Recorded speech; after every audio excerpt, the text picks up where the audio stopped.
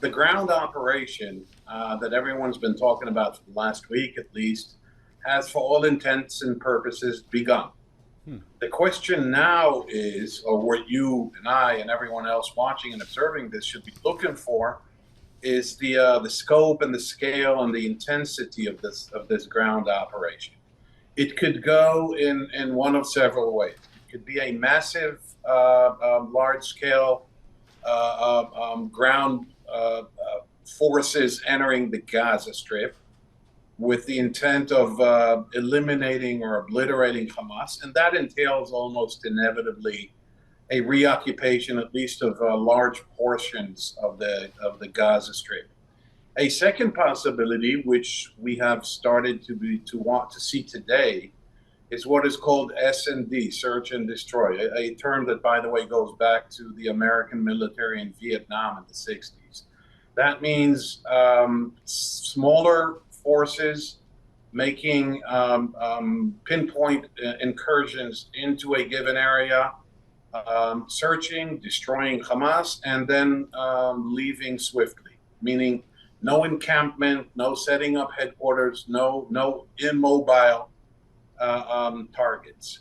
The third possibility is that what we've seen until now is just a blip on the radar, and it's going to all go away tomorrow and possibly be renewed in a few days. So what we need to look for is which of these three options is going to materialize. Ambassador Pinkas, help us understand what this looks like on the other side of this conflict, because I have a really hard time understanding how people who live in Gaza right now ever have okay feelings toward Israel, and vice versa. I totally understand that, and I totally sympathize with their hopelessness and misery. However, Hamas is the organization that is occupying Gaza. Hamas is the organization that is depriving them of dignity, life, and the pursuit of happiness, if you will. Hamas is not just Israel's problem. It's part of a new axis of evil. And all that being said and established, I fully understand what they're going through, and my heart goes out to them.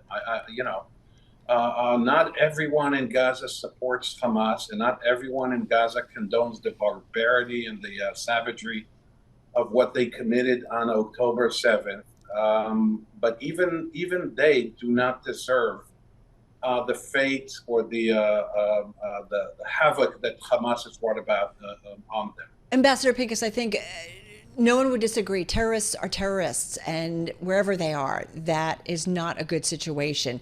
So would you agree that Israel removes Hamas in whatever mode that they ultimately do, and then Israel no longer occupies Gaza or the West Bank, and then moves aggressively fast towards a two-state relationship? Is that the solution that is necessary? Because the way it's been existing certainly has not worked, and you can get a feel that Palestinians want their own place with own representation.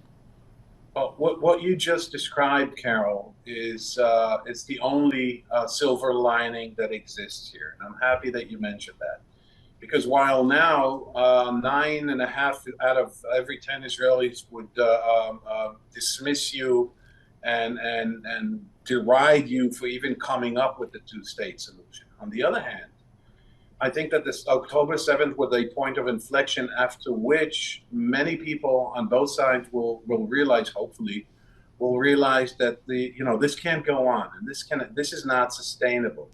And even if a two-state solution does not seem feasible, viable, implementable in the short term, and I go back to what President Biden said, this needs to be the vision. Now, but you also, in your question, Carol, you also touched on a practical issue. Okay, let's assume that Hamas is removed and eliminated or incapacitated politically to the point that they cannot or no longer govern the Gaza Strip. Who then controls the Gaza Strip?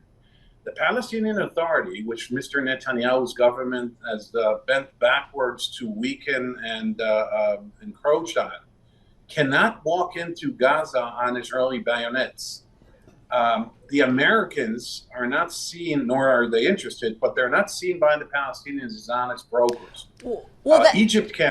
So the question is who? Well, that's what I think we wanted to get into is who can help broker this in Israel? And let me ask you very bluntly, does Prime Minister Benjamin Netanyahu he's not the person to do it, and does somebody else? Does he need to be removed? And then who among the allies, whether it's in the Middle East or who of the other partners can make it happen?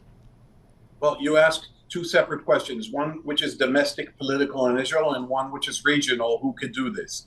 So let me try and briefly answer both. No, Mr. Netanyahu cannot be trusted to do this. His incompetence in the last few years leading to this, and his incompetence until now in managing this war, makes him the least suitable man amongst 10 million Israelis to manage this war. So I think I've made myself clear here. Removed, well, that's a political issue. He should have resigned, but he didn't. He's not wired that way. But that's okay. He is who he is, and we are where we are.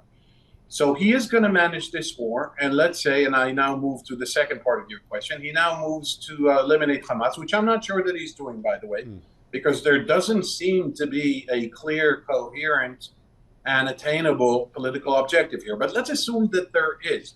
Who can run this? Well, okay.